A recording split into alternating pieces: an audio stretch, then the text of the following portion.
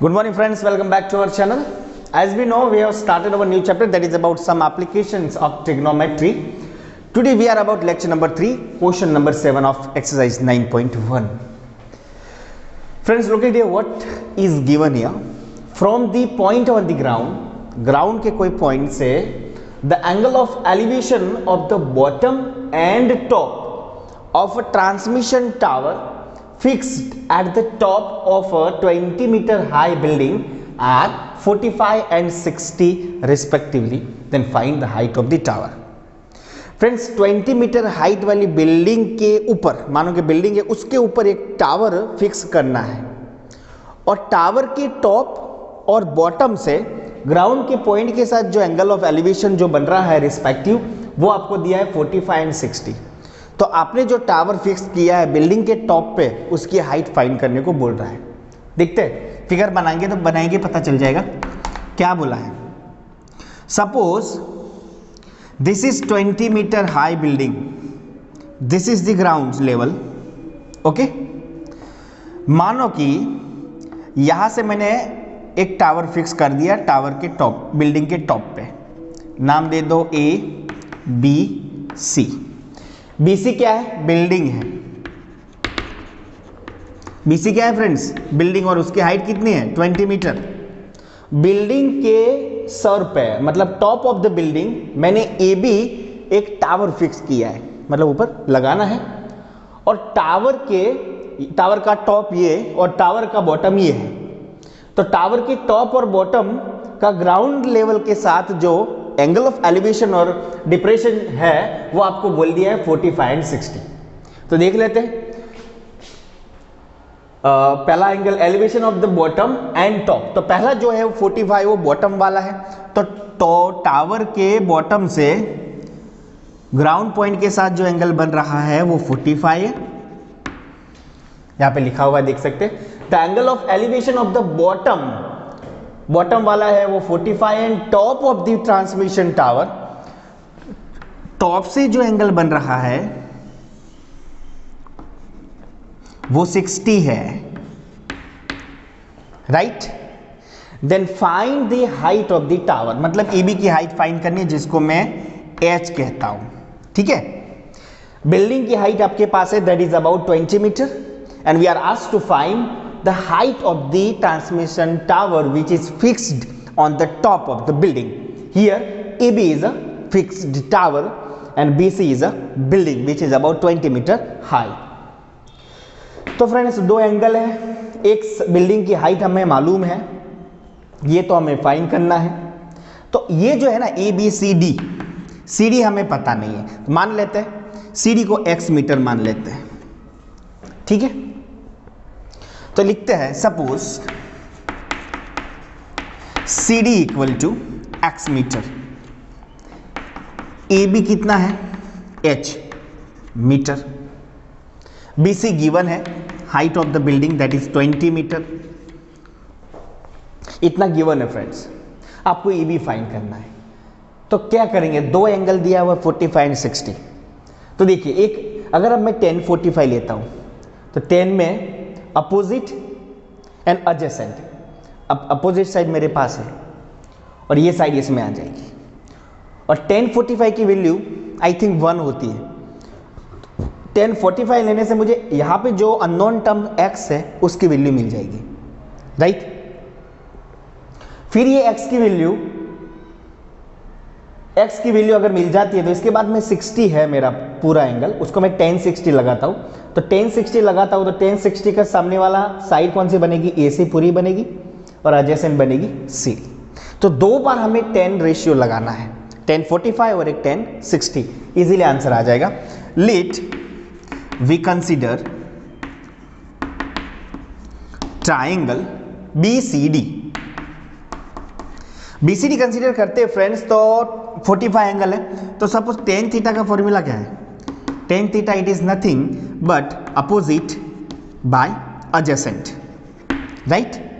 tan 45 angle दिया हुआ है, अपोजिट साइड मतलब ये एंगल लिया है मैंने, ये ट्राइंगल, देन BC, और एडजेसेंट कौन सी बनेगी? CD. 1045 की वैल्यू टेबल में देखोगे यू विल गेट 1, तो 1 इक्वल टू BC कितना है 20 और CD कितना है x, तो x यहाँ मल्टीप्लाई करेगा तो x इक्वल टू 20, एक वैल्यू मिल गई मुझे, अब दिस इज 20, राइट। नाउ अब कंसीडर कर लेते हैं बड़ा वाला triangle ACD। Now consider triangle ACD, और इस ट्राइंगल में भी we will use tan theta and theta is nothing but 60, so we will use tan theta equal to, अगर tan 60 लेता हूं तो अपोजिट साइड देखिए पूरी AC होगी ना। अगर ACD बड़ा वाला ट्राइंगल लेता हूं तो 60 के सामने वाली साइड मेरी AC है, तो लिखता हूं opposite by adjacent tan theta मतलब tan 60, opposite you can see in the figure that is AC, adjacent CD, right। tan 60 आप फिगर में टेबल में देखोगे you will get √3, table friends आपको याद होना चाहिए √3। AC में दो टुकड़े हैं, देखिए AC it is nothing but AB plus BC, AC is nothing but क्या है AB plus BC है, तो बस उसकी जगह पे वो AC की जगह पे मैं लिख देता हूं AB प्लस BC, और CD कितना है, CD मेरा 20 है, राइट। मल्टीप्लाई कर दो 20√3 इक्वल टू AB कितना, AB H जो हमें फाइंड करना है, और BC मेरे पास कितना है फिगर में देख सकते हैं that is 20, right down 20। H को सब्जेक्ट बना लो, H equal to 20√3 minus 20, then 20 common ले लो, you will get √3 minus 1 equal to H, meter लगा दो। तो this is the height of the transmission tower which is fixed on the top of the building, right friends. In this example the value of √3 is not mention, so our answers will be in this form, it will be okay, but if it mention here √3 equal to 1.73, then we will put 1.73 in place of √3 and we will calculate simply and we will have answers in and numericals. But right now for example H equal to 20 bracket √3 minus 1 meter, this is the required height which are asked in this example. Okay friends, so I hope you got the entire topic. Thank you. Look at the friends question number 10, what is given. Two poles of equal heights are standing opposite to each other on the either side of the road. कुछ length का road है और उसकी दोनों either side पे दो poles खड़े हैं, right, which is 80 metre wide from a point between them on the road. Poles के बीच का जो डिस्टेंस है, इट मीन्स रोड की जो विड्थ है वो आपको 80 मीटर दी हुई है। The angle of elevation of the top of the poles are 60 and 30 respectively. दोनों पोल्स के टॉप से एंगल ऑफ एलिवेशन, दो पोल्स है तो दो एंगल आपको बता दिए हैं, एंगल ऑफ एलिवेशन है, एक का 60 है एक का 30 है। Find the height of the poles and distance of a point between the poles. जहां पे एंगल बन रहा है उस पॉइंट का पोल्स के फुट से डिस्टेंस और जो इक्वल हाइट्स के जो पोल्स बताए हुए हैं उसकी हाइट भी आपको फाइंड करनी है। तो देखते हैं, फिगर बनाएंगे तो पता चल जाएगा। Suppose this is the 80 metre road, 80 metre wide road, और उसके दोनों आइदर साइड पे दो इक्वल लेंथ के पोल खड़े हैं, इक्वल लेंथ के पोल खड़े हैं, ठीक है। अब देखिए एंगल आपको एक 60 दिया है और एक 30 दिया है। देखिए फ्रेंड्स, पोल्स के या कोई भी ऑब्जेक्ट है उसके नज़दीक एंगल जितना बनेगा उतना वो एंगल बड़ा होगा। और मानो कि यहाँ पे मैं ही खड़ा हूँ और मेरे नज़दीक एंगल बनाऊँ और एक थोड़ा दूर बनाऊँ, तो मेरा नज़दीक वाला जो एंगल होगा वो ज़्यादा होगा। जैसे जैसे ऑब्जेक्ट से दूर जाते हो वैसे वैसे एंगल्स कम हो जाता है। तो इस कंसेप्ट लगाएंगे हमें, जहाँ 60 होगा तो 60 वाला एंगल कोई पोल्स के बिल्कुल नज़दीक होगा और 30 वाला दूर होगा, ठीक है। तो मान लेते हैं कि ये पॉइंट है जहाँ पे दोनों टावर के टॉप से जो एंगल ऑफ एलिवेशन बन रहा है वो ये पॉइंट है। मानो कि एक पोल के टॉप से ये एंगल यहाँ बना और इस टॉप से ये एंगल यहाँ बना, तो ये पोल से नज़दीक है इसलिए दैट विल बी 60 और दिस विल बी 30, राइट। अब नाम दे देते हैं A B C D E, और आपको क्वेश्चन होगा कि ये 60 यहाँ क्यों नहीं लिया, 30 यहाँ क्यों नहीं लिया। आप यही फिगर को इस साइड भी बना सकते हैं ना, क्योंकि एक एंगल 60 बोला हुआ है, एक एंगल 30 बोला हुआ है, बिल्कुल सेंटर में तो नहीं ले सकते हम, क्योंकि एंगल इक्वल नहीं है, एंगल प्लस माइनस है। तो जो एंगल ज़्यादा है वो पोल के क्लोज रहेगा। तो आप देख सकते हैं ये 60 को देखोगे तो ये पोल के नज़दीक है, और ये 30 देखोगे तो ये पोल से दूर है, राइट। अब हमें AB और CD दोनों इक्वल लेंथ के पोल्स बोले हुए हैं। इट मीन्स सपोज कर दीजिए कि वो दोनों की हाइट कितनी है, h है, ये भी h और ये भी h, ठीक है।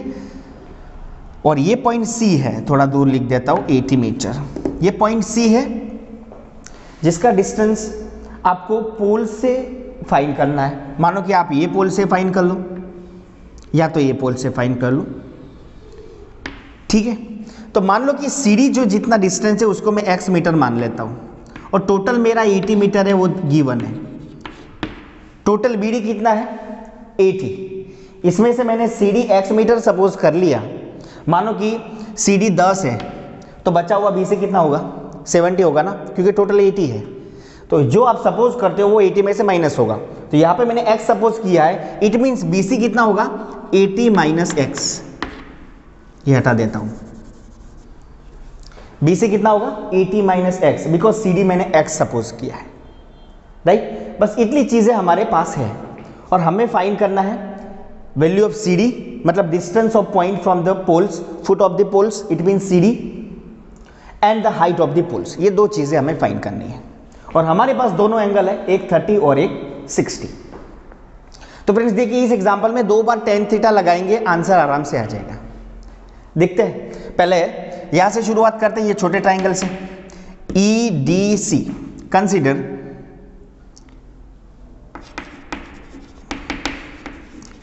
Triangle EDC।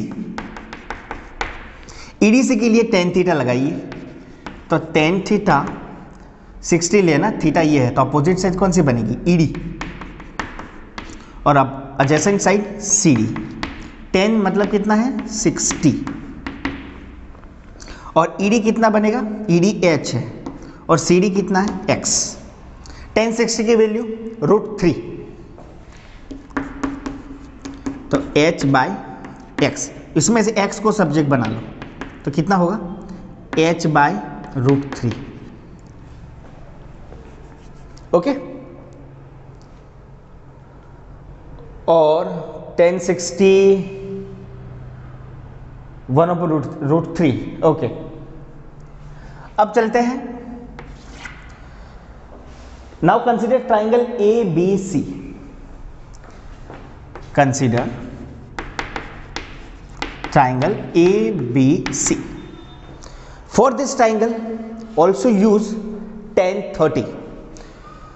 So for triangle ABC, tan theta equal to tan theta, if I consider this angle, then opposite AB and adjacent, that will be BC, then AB by BC, AB by BC, tan 30, और AB H दिया हुआ है, और BC कितना है, 80 minus x. आप देख सकते हैं BC कितना है, 80 minus x. tan 30 1/√3, H 80 minus x, cross multiply कर दीजिए, तो 80 minus x equal to H√3, right. इसमें से x को सब्जेक्ट बनाऊं तो x equal to 80 minus H√3। यहाँ पे भी एक x की वैल्यू मिली, एक यहाँ पे भी x की वैल्यू मिल गई, राइट। अब देखिए x equal to h/√3 and x equal to 80 minus H√3। RHS side x equal है, तो लेफ्ट साइड को आप कंपेयर कर सकते हैं, comparing both value of x, comparing values of x, तो क्या मिलेगा, h by root 3 equal to 80 minus h root 3, right. 3 यहाँ पे डिवाइड में, यहाँ पे जाएगा तो मल्टीप्लाई कर लेगा, तो h equal to 80 root 3 minus root 3 into root 3, that will be 3h, right. 3h को वहाँ ले जाओ तो h plus 3h equal to 80 root 3, 3h plus h that will be 4h 80 root 3, right. तो h equal to 80 root 3 by 4, then h equal to कितना होगा 20, 4 से cut करेगा तो 20 आएगा ना, 20 रूट 3। ये मुझे मिल गया the height of the tower जो पूछा था। एक क्वेश्चन, 2 क्वेश्चन पूछे थे, find the height of the poles, h मैंने सपोज किया था तो I got the h equal to 20 root 3, and दूसरा पूछा था the distance from a point, distance of the point from the foot of the tower, foot of the poles, मतलब x भी तो फाइंड करना है। तो डोंट वरी, जो x की सपोज दोनों इक्वेशन हमारे पास है, ये रहा, ये x में रख दो या तो फिर ये x वाले में रख दो, ये h की वैल्यू आपको आंसर मिल जाएगा। चलिए put h equal to 20 root 3, उसको इक्वेशन 1 बोल दो ना, इन इक्वेशन 1 तो क्या होगा, x इक्वल टू h कितना है 20 रूट 3 बाय नीचे root 3 cancel, then x equal to 20 meter. तो फ्रेंड्स देखिए, जो पॉइंट आपको पूछा गया था between the poles and on the road, that was C, and the C is 20 meter away from this pole, मतलब 20 मीटर अवे फ्रॉम D, और यहां से कितनी दूरी पे होगा, तो x की जगह पे 20 रख दो, 60, तो B से वो 60 मीटर की दूरी पे होगा और D से वो 20 मीटर की दूरी पे होगा वो पॉइंट, और height of the poles is nothing but 20 root 3। समझ में आ गया ना। तो फ्रेंड्स इस प्रकार के एग्जाम्पल में करना क्या है, आपकी एक तो एक फिगर बनती होनी चाहिए प्रॉपर। एक बार ये डायग्राम आपका बन जाता है तो फिर तो आपको कुछ कैलकुलेशन में ज़्यादा कुछ करना नहीं है। 2-4 वैल्यू जो है ट्रिग्नोमेट्रिक टेबल्स की, आप साइन, कॉस और टेन और 30, 45 एंड 60, ये 3 ही ज़्यादातर एंगल्स दिए जाते हैं, और उस तरह से आप इस प्रकार के सम को सॉल्व कर सकते हैं। वैरायटी ऑफ एग्जाम्पल, मैंने कुछ एग्जाम्पल छोड़ भी दिए हैं, राइट। मैंने डायरेक्ट एग्जाम्पल नंबर 10 किया है, तो बीच में मैंने 7 के बाद 8 और 9 छोड़ दिया है। I hope you will do yourself, it's very simple, क्योंकि जो अर्लियर एग्जाम्पल जो है उसके बेस पे ही है, तो थोड़ा थोड़ा डिफरेंस है, बाकी कैलकुलेशन बिल्कुल सेम है। तो आप आराम से अपने सेल्फ आप कर सकते हो। Still if you are facing any problem, you can put your all the problems in our groups, okay, for a while. Thank you.